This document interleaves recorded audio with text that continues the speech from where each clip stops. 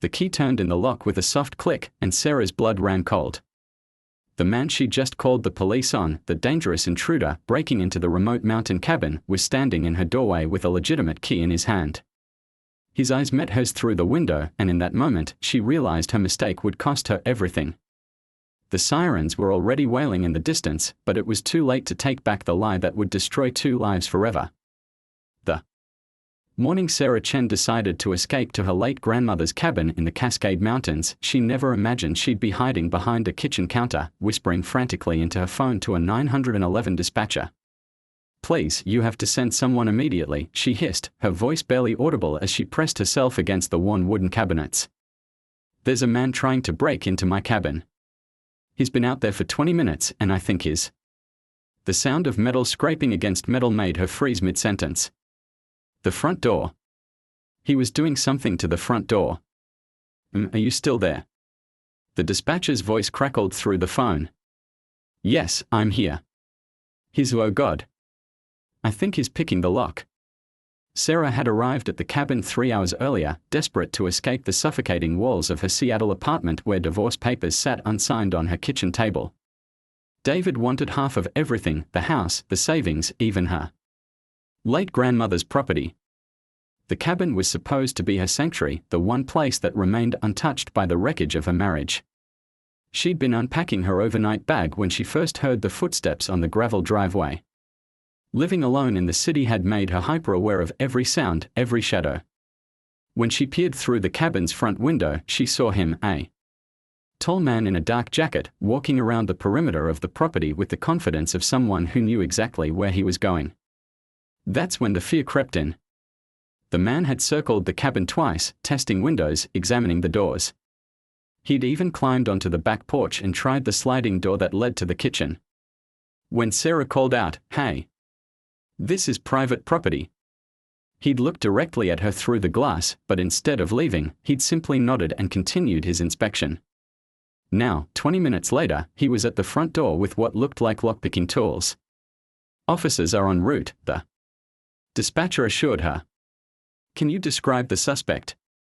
Sarah pressed her eye to the gap between the counter and the cabinet, trying to get a better look. "He's tall, maybe 6'2", brown hair. Wearing a dark blue jacket and jeans. He looks like he's in his 30s. Any weapons visible?" "Oh. I can't tell. He's got some kind of tools, but I can't see what." The scratching sound stopped. Sarah held her breath, straining to hear any movement outside. The cabin fell into an eerie silence broken only by the distant hum of wind through the pine trees. She waited, counting the seconds, wondering if he'd given up and left. Then she heard it, the soft click of a lock disengaging. "Oh my God," she whispered into the phone. "He's in." He got the door open. The front door creaked as it swung inward, and Sarah's heart hammered against her ribs. She'd made sure to lock that door. She'd checked it twice. There was no way he could have just walked in unless he'd actually picked the lock. Footsteps echoed across the wooden floor of the main room, slow and deliberate. The man wasn't trying to be quiet, he was walking through the cabin like he owned it. Stay on the line," the dispatcher said. "Don't hang up. Officers are approximately 8 minutes out." 8 minutes. Sarah closed her eyes, trying to control her breathing. 8 minutes might as well be 8 hours. The footsteps moved closer to the kitchen. Sarah could hear him in the living room now, just around the corner from where she was hiding. She pressed herself deeper into the shadow of the cabinets. Grateful that she'd worn dark clothes. "Hello." The man's voice was calm, almost conversational. "I know you're in here. I saw you through the window earlier." Sarah's grip tightened on the phone.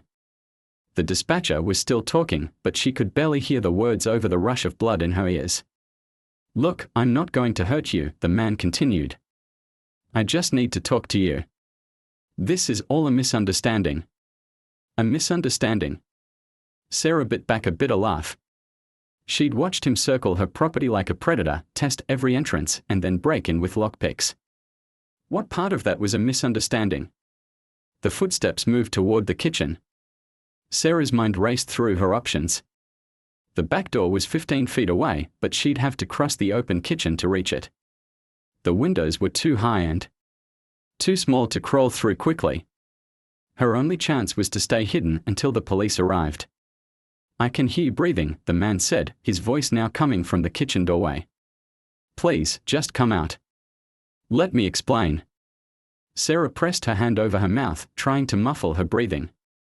How could he possibly hear her? She was being as quiet as possible. Then she saw his shadow fall across the kitchen floor, long and dark in the afternoon sunlight streaming through the windows.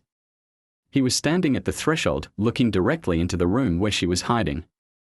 "The police are coming," she said, her voice stronger than she felt. "They'll be here any minute." "I know," he replied, and something in his tone made her blood run cold. "That's what I'm trying to prevent." What did that mean? Sarah's mind conjured horrible scenarios. Was he going to hurt her before the police arrived? Was he planning to run? Or worse, was he going to make it look like she was the intruder? "Listen to me very carefully," the man said, taking a step into the kitchen. "My name is Marcus Webb. I'm not here to hurt you. I'm here because this cabin belongs to my family." "That's impossible," Sarah said, though doubt was already creeping into her voice. "This cabin has been in my family for 60 years. My grandmother, your grandmother, was Margaret Chen, right?" "Maggie." Sarah's breath caught. How did he know her grandmother's name? "Maggie sold this cabin to my grandfather in 1987, Marcus continued. "She needed the money for medical bills. My family has owned this property for 37 years. You're lying." But even as she said it, Sarah remembered the box of her grandmother's papers she'd never gone through, the one stored in her mother's garage after the funeral. The ones that might contain property deeds and financial records. "I have the deed," Marcus said. "It's in my car. I also have a key." "If you have a key, then why were you picking the lock?" "Because someone changed the locks." The words hit Sarah like a physical blow.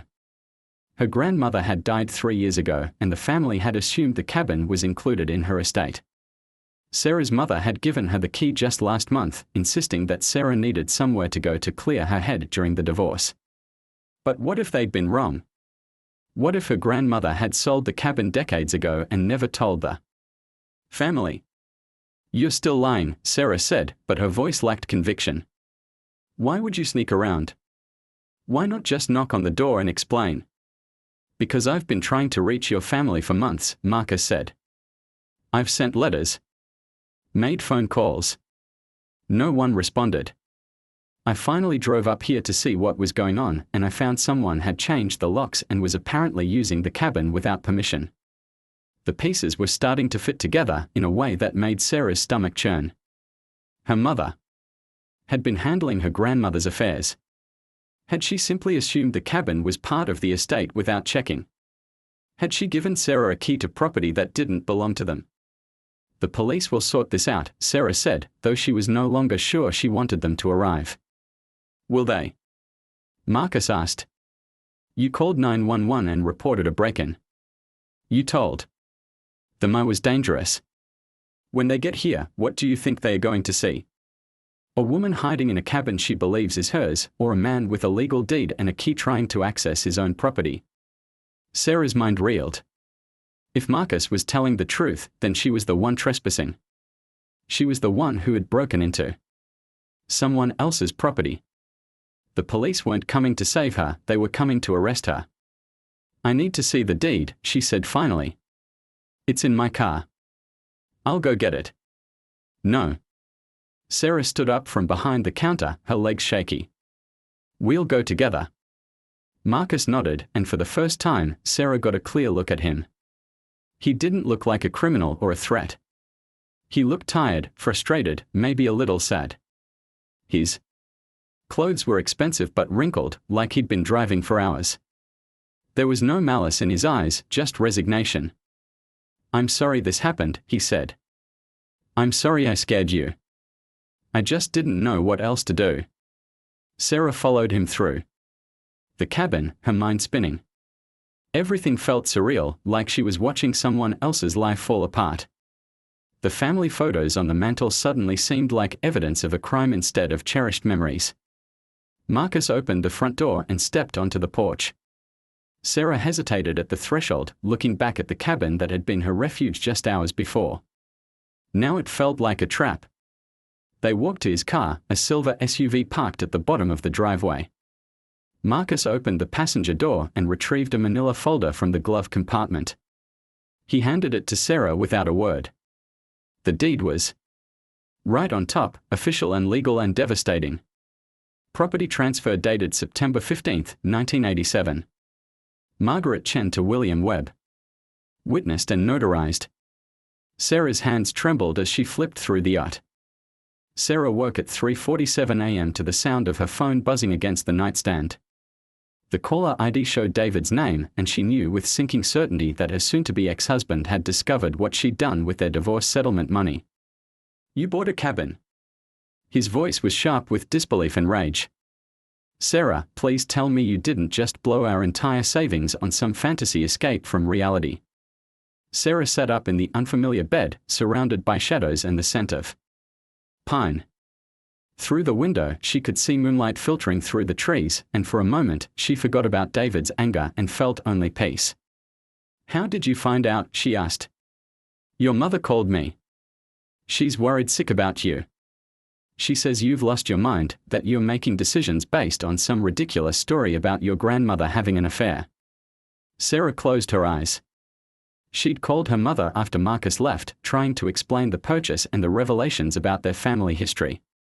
Apparently, her mother had been too shocked to keep the information to herself. "It's not ridiculous, David. It's complicated, but it's real. What's real is that you just spent $80,000 on a cabin that you saw for the first time yesterday. What's real is that you're supposed to be signing divorce papers so we can both move on with our lives. What's real is that you're having some kind of breakdown." Sarah stood up and walked to the window. The forest stretched endlessly in all directions, silver and black in the moonlight. "Maybe I am having a breakdown. Maybe that's exactly what I need. Sarah, listen to me. You can still back out of this. We can call it temporary insanity, stress from the divorce. We can get the money back and I'm not backing out. Then I'm driving up there tomorrow. We are going to sit down and talk about this rationally." "No." The word came out more forcefully than Sarah had intended. "David, you don't get to do this anymore. You don't get to make decisions about my life or my money or my future. We are getting divorced, remember? We are getting divorced because you've been impossible to live with for the past year. And now you're proving my point." Sarah felt the familiar tightness in her chest that always came when David started cataloging her failures. But instead of the usual shame and self-doubt, she felt something else, anger. "You're right," she said. "I have been impossible to live with. I've been sad and angry and confused and desperate. I've been a woman whose marriage was falling apart and who didn't know how to fix it. But you know what? I'm not that woman anymore. Sarah, I'm the woman who owns a cabin in the mountains. I'm the woman who's going to build a life that actually makes sense to me. I'm the woman who's finally done trying to be someone she's not." Sarah hung up the phone and turned off the ringer. She knew David would call back, probably multiple times, but she didn't want to hear it. For the first time in months, she felt like she could think clearly. She made coffee using the old percolator she'd found in the kitchen cabinet and sat on the front porch as the sun rose over the mountains. The air was crisp and clean, and she could hear the creek bubbling in the distance. It was exactly the kind of morning she'd been dreaming about during all those sleepless nights in Seattle. At 8 a.m., Marcus appeared at the end of the driveway, carrying a cardboard box and wearing a sheepish expression. "I brought you something," he said. "I wasn't sure if you'd want to see it, but I thought you should have the choice." Sarah gestured to the chair beside her. "What is it?" Marcus sat down and opened the box. Inside were dozens of letters, tied with a faded blue ribbon. "These are the letters your grandmother wrote to my grandfather. He kept every single one." Sarah's hands trembled as she picked up the first letter. The paper was yellowed with age, and her grandmother's handwriting was unmistakable, the same careful script that had appeared on birthday cards and Christmas presents throughout Sarah's childhood. September 23, 1987, Sarah read aloud. My dearest William, I know this is wrong, but I can't stop thinking about yesterday afternoon. When you kissed me by the creek, I felt like I was 20 years old again. I felt like I was alive. Sarah's voice caught. She looked at Marcus, who was watching her with gentle concern. Are you sure you want to read these? He asked. I need to understand, Sarah said. I need to know who she really was. She opened another letter, dated a week later. William, I can't keep doing this. Harold suspects something. He asked me why I've been going to the cabin so often, why I seem so happy lately. I told him I was working on a project, but I'm not sure he believes me. Harold was your grandfather? Marcus asked. Yes. They were married for 53 years.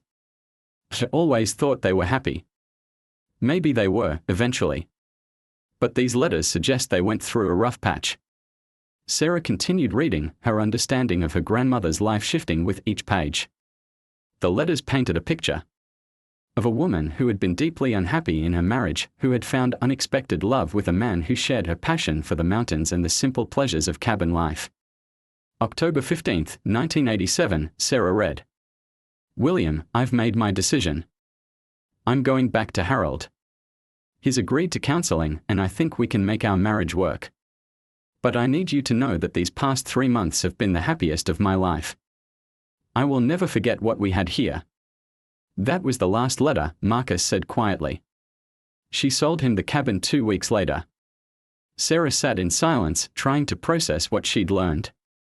Her grandmother, the woman who had taught her to knit and make apple pie, who had been the steadiest presence in her childhood, had been capable of passion and rebellion and heartbreak. How did your grandfather handle it? Sarah asked. He was devastated. But he respected her decision. He bought the cabin because he couldn't bear to lose the place where they'd been happy, and he spent the next 37 years taking care of it like it was a shrine. Did he ever marry? No. He had relationships, but nothing serious. He always said that your grandmother was the love of his life, and that some people only get one chance at that kind of love. Sarah felt tears sliding down her cheeks. She never told anyone. She carried this secret for 36 years. Maybe that's why she never told your family about selling the cabin. Maybe she was afraid that if she talked about it, she'd have to explain why she'd sold it to William specifically. Sarah's phone buzzed. A text from her mother. Sarah, I found something in your grandmother's papers. Can you call me? I need to make a phone call, Sarah said. Marcus nodded and stood up. I'll leave the letters with you. Take your time with them. After he left, Sarah called her mother. I found a journal, her mother said without preamble. It was hidden in the bottom of a box of old tax returns. Sarah, there are things in here that I never knew about Mom. What kind of things? She wrote about the cabin. About selling it. About... Her mother's voice broke. About being in love with someone who wasn't Dad. Sarah closed her eyes. Mom, I know. Marcus showed me the letters she wrote to his grandfather. You know. How long have you known? Since yesterday. It's complicated, but that's part of why I bought the cabin. I needed to understand what happened here. There's more, her mother said. According to the journal, she was planning to leave Dad. She had divorce papers drawn up and everything. But then she found out she was pregnant. Sarah's heart stopped. Pregnant? With your father? She was 42 years old, and she thought she was past the age of having children. When she found out she was pregnant, she decided to give her marriage another chance. So she sold the cabin to pay for what? Medical bills? No, her mother said quietly. She sold it to pay the lawyer who had drawn up the divorce papers. She didn't want there to be any record of her almost leaving Dad. Sarah felt like the ground was shifting beneath her feet again. Are you saying that if she hadn't gotten pregnant with Dad, she would have left Grandpa and stayed with William? That's what it sounds like. She wrote, "I love William with all my heart, but I can't abandon the child I'm carrying. This baby is a sign that I'm meant to stay with Harold, no matter how much it hurts." Sarah sat in stunned silence. Her father's entire existence had been the reason her grandmother had given up the love of her life. Her father, who had died in a car accident when Sarah was 15, had never known that his birth had changed the course of 3 people's lives. "There's one more thing," her mother said. "She wrote about you." "About me?" The last entry in the journal is dated 3 months before she died. She wrote, "I watch Sarah struggling in her marriage, and I see myself at her age. I pray that she will be braver than I was. I pray that she will choose love over security, passion over convenience. I pray that she will find her way to the cabin someday and understand that some places are worth fighting for." Sarah's hands shook as she absorbed the weight of her grandmother's words. "She wanted me to find the cabin. I think she wanted you to find yourself. And I think she knew that the cabin was the place where you'd be able to do that." After Sarah hung up, she sat on the porch for a long time, watching the sun climb higher over the mountains. The letters from her grandmother to William were scattered around her feet, and she felt like she was surrounded by ghosts: the ghost of her grandmother's lost love, the ghost of her father's unborn siblings, the ghost of the woman she herself had been just 24 hours ago. At noon, Marcus returned with a thermos of soup and a serious E. Staring at a manila folder with an expression she couldn't read. It was barely dawn, and mist was still rising from the creek, but he looked like he'd been there for hours. "How long have you been waiting?" she asked, stepping outside with her coffee. "Since 4:30. Marcus looked up at her, and Sarah saw something in his eyes that made her stomach tighten. "We need to talk." "About what?" Marcus opened the folder and pulled out a photograph. It was old, black and white, and showed 2 young women standing in front of the cabin. One of them looked exactly like Sarah. "This was taken in 1962, Marcus said. 25 years before your grandmother met my grandfather." Sarah took the photograph, her hands trembling. The woman who looked like her was standing next to another woman who appeared to be about the same age. Both were laughing, their arms around each other's shoulders. "Who are they?" Sarah asked, though she was afraid she already knew the answer. "The woman on the left is my grandmother, Elena Webb. The woman on the right is your grandmother, Margaret Chen." Sarah stared at the photograph. "That's impossible. My grandmother didn't meet your family until 1987. That's what we both thought. But I found this photograph yesterday when I was going through more of my grandfather's things. There's an entire box of pictures from the 1960s, and your grandmother is in dozens of them." Sarah felt the ground shifting beneath her feet again. "Are you saying that our grandmothers knew each other before the affair?" "I'm saying they were best friends for over 20 years. Marcus pulled out more photographs: Margaret and Elena hiking in the mountains, swimming in the creek, sitting around a campfire. In every picture, they looked happy, carefree, like sisters. "I don't understand," Sarah said. "If they were friends for 20 years, why didn't my grandmother ever mention your family?" "Because something happened in 1985 that destroyed their friendship. Something so bad that your grandmother stopped coming to the cabin entirely." "What happened?" Marcus hesitated. "Elena died. And my grandfather blamed your grandmother for her death." Sarah's coffee cup slipped from her hands, shattering on the porch floor. "What?" "Elena had been sick for months, cancer. She was getting treatment in Seattle, but she wasn't responding well to the chemotherapy. Your grandmother convinced her to try some alternative treatments, some experimental stuff that wasn't approved by the FDA. And it killed her. The treatments made her worse. She died 6 months later. My grandfather was convinced that if Elena had stuck with conventional medicine, she might have lived longer." Sarah felt sick. "So when my grandmother started coming to the cabin again in 1987, she was trying to make amends. She felt responsible for Elena's death, and she wanted to apologize to my grandfather. That's how their affair started: grief and guilt, and 2 people trying to make sense of a terrible loss." Sarah looked at the photographs scattered around her feet, trying to process what Marcus was telling her. Why are you showing me this now? Because there's more. Marcus pulled out a letter, this one in unfamiliar handwriting. This is from Elena, written to your grandmother 3 weeks before she died. Sarah took the letter with shaking hands. My dearest Maggie, she read aloud. I know you blame yourself for what's happening to me, but you need to stop. The experimental treatments didn't work, but neither did the conventional ones. I was dying. Either way. At least this way, I got to spend my last months fighting instead of just giving up. I need you to promise me something. When I'm gone, I need you to take care of William. He's going to be lost without me, and he's going to need someone who understands what this place means to him. The cabin has been in his family for 40 years, but you're the one who taught him to love it. You're the one who showed him how to see the magic in these mountains. Don't let him sell it.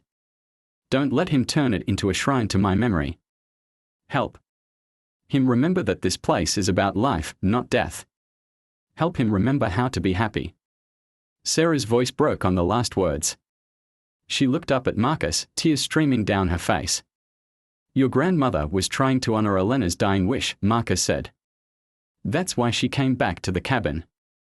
That's why she had the affair with my grandfather. She was trying to help him heal. But she fell in love with him. Yes. And so did he. But the guilt of loving his dead wife's best friend was too much for both of them. That's why your grandmother went back to her husband, and that's why she sold the cabin. Sarah was quiet for a long time, trying to make sense of the tangled web of love and loss and guilt that had shaped her grandmother's life. There's one more thing, Marcus said. The reason I'm telling you all of this now. What? Marcus pulled out a final document from the folder. This is Elena's will. She left the cabin to your grandmother. Sarah's heart stopped. What? Elena knew she was dying, and she knew that my grandfather would be too grief-stricken to take proper care of the cabin. So she left it to the person she trusted most, your grandmother. But my grandmother never owned the cabin. She sold it to your grandfather in 1987. She sold it back to him. The cabin was legally hers from 1985 until 1987. My grandfather bought it from her because he couldn't bear the thought of losing the last connection to his wife. Sarah stared at the will, her mind reeling. So when my grandmother sold the cabin to your grandfather, she was giving him back what he thought was already his. She never told him that Elena had left it to her. She let him believe he was buying it from the estate. Why would she do that? Because she loved him. Because she knew that if he found out Elena had given away his family's cabin, it would destroy him.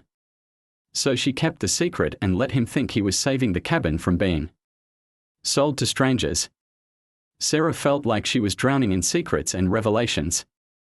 Every time she thought she understood her grandmother's story, another layer of complexity was revealed. Marcus, she said slowly, why are you really here? Why are you telling me all of this? Marcus was quiet for a long moment. Because Elena's will included a provision. If your grandmother ever died without children or grandchildren, the cabin was supposed to revert back to the Webb family. But if she had living descendants, they would have the first right of refusal to buy it back. Sarah's blood ran cold. Are you saying that I don't actually own the cabin? I'm saying that legally, you have more claim to this cabin than anyone else. Elena wanted it to go to your family eventually. My grandfather honored that wish by selling it to you for a fraction of its market value. But you could have just given it to me. You could have told me about the will and transferred ownership without any money changing hands. Yes. But then you wouldn't have fought for it. You wouldn't have proven that you deserved it. Sarah stood up abruptly, anger flooding through her. So this whole thing, the testing, the purchase agreement, the drama with David, it was all just another test. No. It was all real. Your feelings were real, your choices were real, the consequences were real. The only thing that was orchestrated was the opportunity. I don't understand the difference. Marcus stood up and walked to the edge of the porch. Sarah, what would you have done if I had knocked on your door 3 days ago and said, "Hi, I'm Marcus Webb, and I have a cabin that belonged to your grandmother"? Would you like to have it for free? Sarah considered the question. I probably would have thought you were a scammer. Or crazy. Exactly. You would have said no, thank you, and gone back to your life in Seattle. You would have signed the divorce papers and tried to figure out how to be happy in a life that was slowly killing you. So instead you traumatized me and forced me to make the biggest decision of my life under extreme pressure. I gave you a chance to discover who you really are when everything else is stripped away. I gave you a chance to fight for something that mattered. Sarah wanted to be angry, but she couldn't deny that Marcus was right. If he had simply offered her the cabin, she never would have taken it. She would have been too afraid, too practical, too concerned about what other people would think. There's one more thing, Marcus said. Something I need to show you. He led her around to the back of the cabin, to a spot where the creek formed a small pool surrounded by smooth rocks. Sarah had noticed the area before but hadn't explored it. This is where Elena and your grandmother used to come to talk, Marcus said. They called it their truth circle. They made a pact that whenever they sat here, they would only tell each other the absolute truth. Marcus pointed to a flat rock near the water's edge. Carved into the surface were two sets of initials, MC and EW 1962 forever. Sarah knelt down and traced the letters with her finger. They carved this themselves. The summer they met. They were both 18, working as counselors at a summer camp about 10 miles from here. They would sneak away on their days off to come to the cabin. The cabin was already in your family then. It belonged to Elena's grandfather. She inherited it when she turned 21, and she started bringing your grandmother here every summer. They spent 5 years planning their futures in this spot, who they would marry, how many children they would have, what their lives would look like. Sarah looked at the carved initials, thinking about two young women making promises to each other beside a mountain creek. What happened to their friendship? Life. Elena married my grandfather when she was 23. Your grandmother married your grandfather when she was 24. They'd be 3 weeks later. Sarah was working in the cabin's garden when she heard the sound of multiple vehicles coming up the driveway. She looked up from the tomato plants she'd been weeding to see a convoy of cars, Marcus's SUV, Catherine's sedan, and two vehicles she didn't recognize. Marcus got out of his car first, followed by Catherine and three strangers, an elderly man with a walking stick, a middle-aged woman with a briefcase, and a younger man carrying what looked like surveying equipment. Sarah, Marcus called out. His voice strained. We need to talk. All of us. Sarah pulled off her gardening gloves, her stomach nodding with familiar dread. Over the past 3 weeks, she'd begun to feel settled at the cabin. She'd started a garden, painted the kitchen, and even begun writing in a journal like her grandmother had. The peaceful routine was about to be shattered again.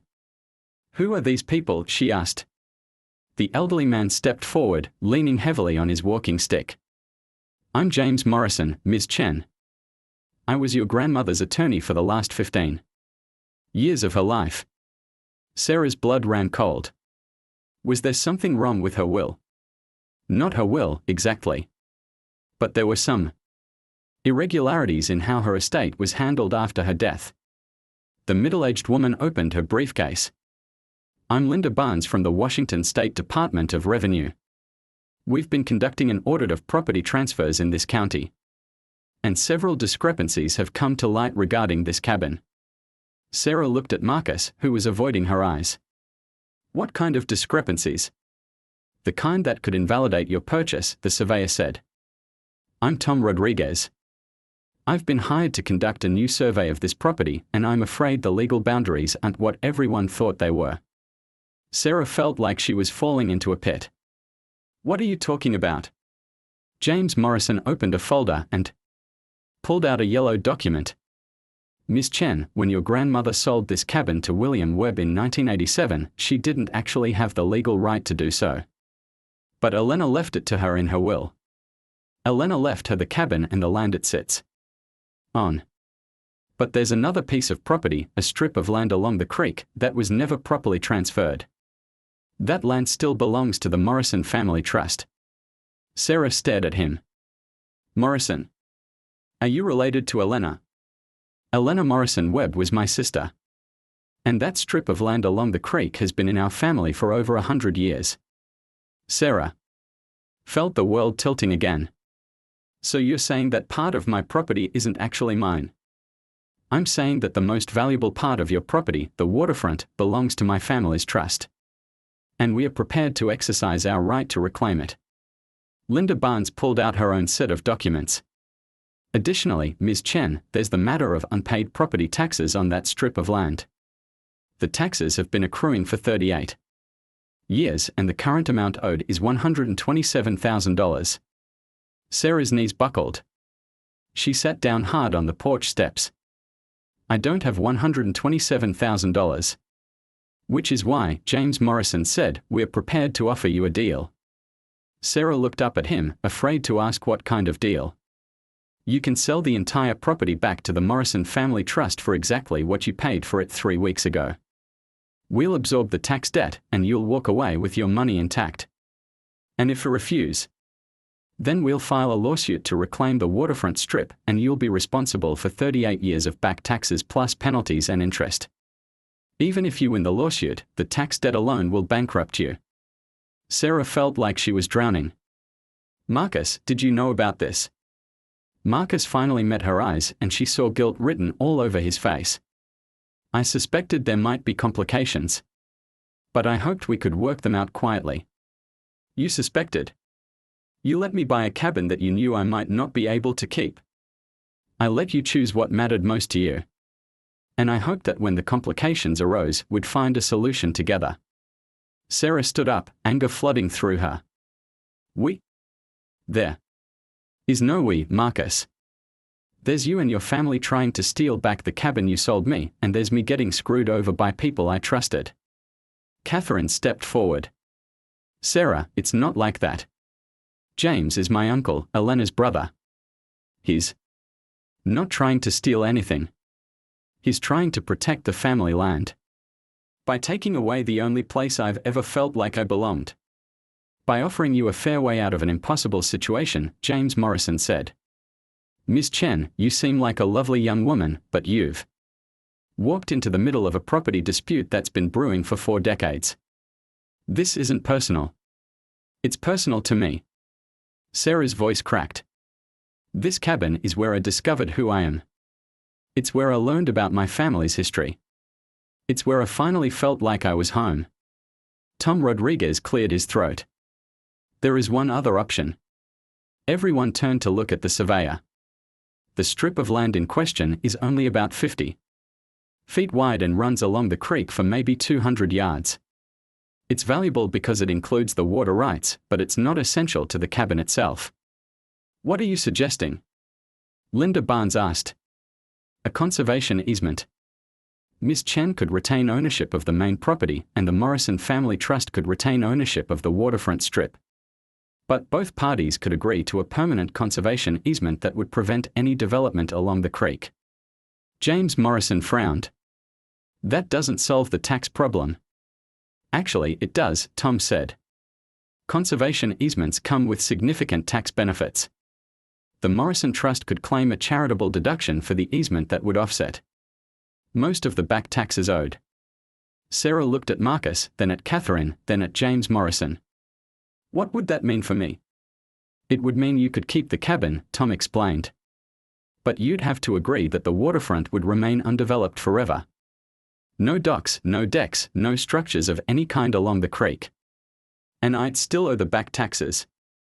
You'd be responsible for future taxes on your portion of the property. But the Morrison Trust would handle the historical debt. Sarah felt a flicker of hope. So I could stay.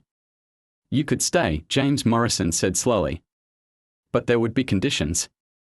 What kind of conditions? James looked at Marcus and Catherine before answering. The Morrison Family Trust would retain the right to approve any future sales of the cabin. If you ever decide to sell, would have the first right of refusal. Meaning you could buy it for whatever price you wanted to pay. Meaning we could buy it for fair market value, as determined by an independent appraisal. Sarah considered the offer. It wasn't perfect, but it would allow her to keep the cabin and stay in the place that had become her sanctuary. There's one more thing, Marcus said quietly. Sarah looked at him, steeling herself for another revelation. The reason James is here today, the reason we are all here, is because I called him. You called him? Why? Marcus was quiet for a long moment. Because 3 weeks ago, when you bought this cabin, I thought I was giving you a gift. But I've realized that I was actually giving you a burden. What do you mean? I mean that you've spent the last 3 weeks trying to build a life in a place that's haunted by other people's secrets. You've been trying to honor your grandmother's memory while living in the shadow of her mistakes. You've been trying to create a future while being trapped by the past. Sarah stared at him. So you're taking it away from me? I'm giving you a choice. A real choice, this time, with all the information on the table. Marcus gestured to the surveyor, who unrolled a detailed map of the property. Tom's survey revealed something interesting, Marcus continued. The strip of land that belongs to the Morrison Trust. It's not just any piece of land. It's the exact spot where your grandmother and Elena used to have their truth circle. It's where Elena died. It's where your grandmother scattered Elena's ashes without permission from the family. Sarah felt the blood drain from her face. She scattered Elena's ashes here. In 1986, a year after Elena died. She came to the cabin one last time before she met my grandfather, and she brought Elena's ashes. She scattered them by the creek. In the place where they'd made all their promises to each other. Catherine was crying now. Mom never told us that Elena's ashes were scattered here. Because she didn't know, James Morrison said. Margaret never asked permission. She just did it. Sarah looked at the map, understanding dawning on her. So the land you're trying to reclaim is essentially Elena's grave. It's the place where Elena's spirit lives, James said. And it's been in our family for over a century. We can't let it go. Sarah felt the weight of all the secrets and complications pressing down on her. What do you want from me? Really? We want you to understand that this isn't just about property taxes and legal technicalities, Marcus said. This is about family. About honoring the dead. About making choices that serve something bigger than our own desires. And we want you to have all the information before you decide what to do, Catherine added. Because whatever you choose, we'll support you. Sarah looked at each of them, Marcus with his guilty eyes, Catherine with her tear-stained face, James Morrison with his protective stance, Linda Barnes with her bureaucratic clipboard, Tom Rodriguez with his surveyor's objectivity. I need to see the creek, she said finally. They walked together through the trees to the spot where Sarah had discovered the carved initials. Tom Rodriguez pointed to a series of stakes he'd placed in the ground. Mark. 6 months later, Sarah stood in her wedding dress at the edge of the creek, looking out at the faces of the most unlikely wedding party in history. Catherine sat in the front row, wearing the same blue dress Elena had worn to her own wedding. 70 years earlier. James Morrison had walked Sarah down the aisle, his walking stick decorated with wildflowers from the memorial garden. Marcus waited at the makeshift altar they'd built beside Elena's resting place, his hands shaking as he watched her approach. But the most extraordinary guest was the woman sitting in the wheelchair beside Catherine, a woman Sarah had met only 3 weeks earlier, a woman whose existence had turned every assumption about her family upside down one last time. Dearly beloved, the minister began, we are gathered here today not just to witness the union of Sarah and Marcus, but to celebrate the completion of a love story that began 62 years ago in this very spot. Sarah had never imagined she would marry Marcus Webb. 3 weeks after the property dispute was resolved, he had knocked on her door with a proposition that had nothing to do with real estate and everything to do with the fact that he'd fallen in love with her courage, her stubbornness, and her willingness to fight for what mattered. I know this is crazy, he had said. I know we've only known each other for a month, and most of that time has been spent unraveling family secrets and legal complications. But I also know that I've never met anyone who makes me want to be a better person the way you do. Sarah had looked at him standing on her porch, this man who had orchestrated the most chaotic and transformative month of her life, and realized that somehow, impossibly, she had fallen in love with him too. Marcus, she had said, if you're going To propose to me, you'd better have a better reason than the fact that it would be convenient for the family trust. He had laughed and pulled out a small velvet box. I'm proposing to you because I want to spend the rest of my life learning your secrets instead of keeping other people's. I'm proposing because I want to wake up in this cabin every morning and know that the woman sleeping beside me chose love over fear. I'm proposing because Elena was right, this place needs people who understand that family is about choice, not just blood.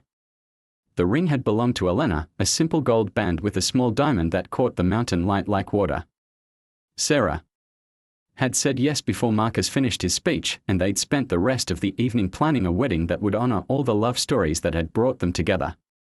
But 3 weeks ago, everything had changed again when Catherine received a phone call that shattered their understanding of their family history one final time. The woman on the phone said her name was Margaret Webb, Catherine had told Sarah. Breathlessly, she said she was Elena's older sister and she'd been looking for our family for 20 years. Sarah had stared at Catherine in disbelief. Elena had another sister. Apparently Elena had 2 sisters, James, who we knew about, and Margaret, who disappeared in 1962 and was presumed dead. Disappeared how? She eloped with a man their parents disapproved of and cut off all contact with the family. She changed her name, moved to Alaska, and spent the next 60 years thinking that Elena had died young because she never heard from her again. How did she find us? She's been searching genealogy websites for years, trying to find information about Elena. When she saw the legal documents from our property dispute, she realized that Elena had lived until 1985 and had children. Sarah had felt the familiar sensation of the ground shifting beneath her feet. So she's been alive this whole time. She's been alive, and she's been carrying the same kind of guilt that everyone else in this family has been carrying. She thinks Elena died young because Margaret abandoned the family. But Elena lived a full life. She had children, she had grandchildren, she had love stories and friendships and 63 years of experiences. Oh no. But Margaret didn't know that. She spent 60 years believing that her decision to elope destroyed her family. The phone call had led to a reunion that was both heartbreaking and healing.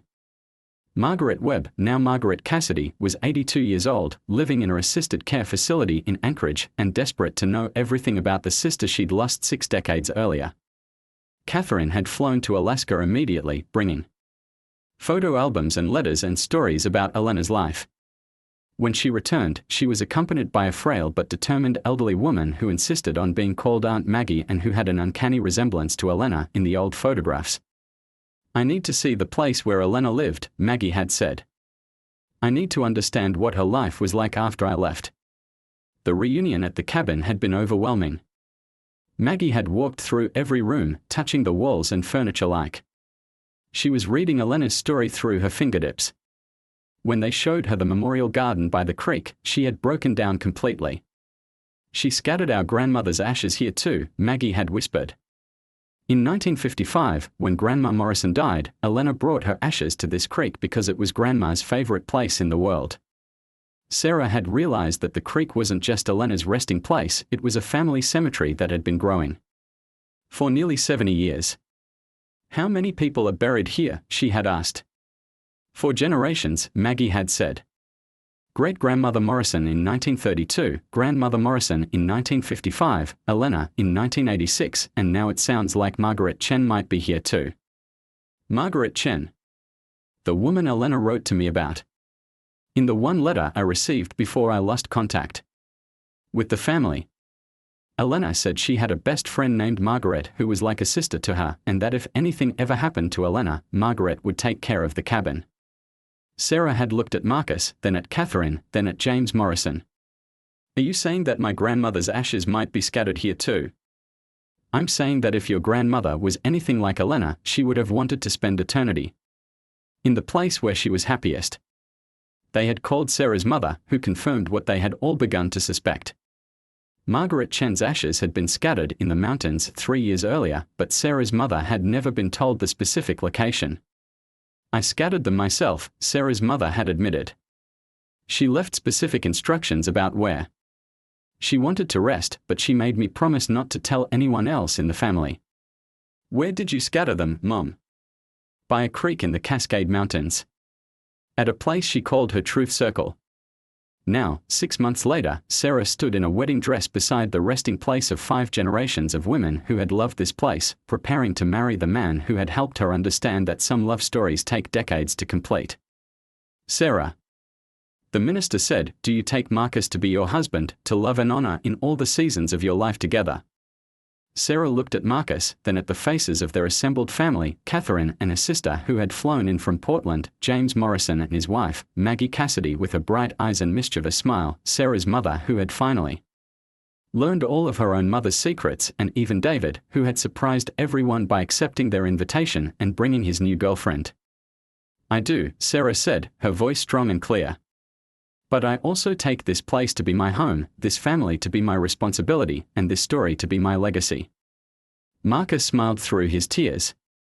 "That's the most beautiful wedding vow I've ever heard."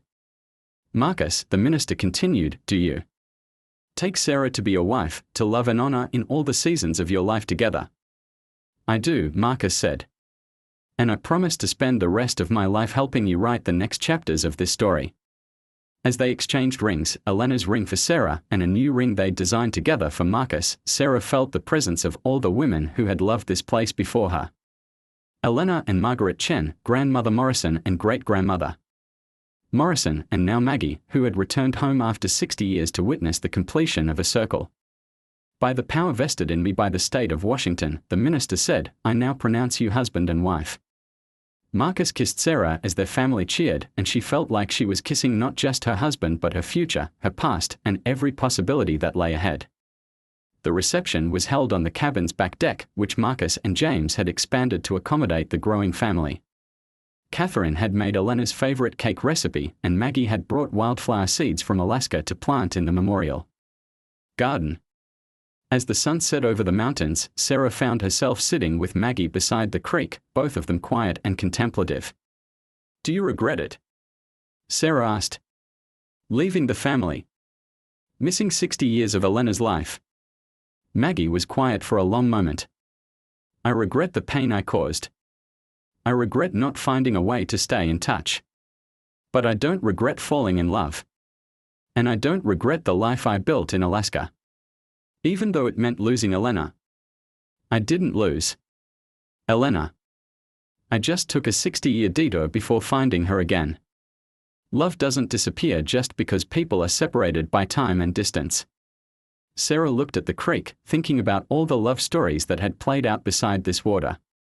"Do you think they are all here? Elena and my grandmother and all the others? I think they are wherever love exists. In this place, in our memories. In the choices we make every day to honor what they taught us." "What did they teach us?"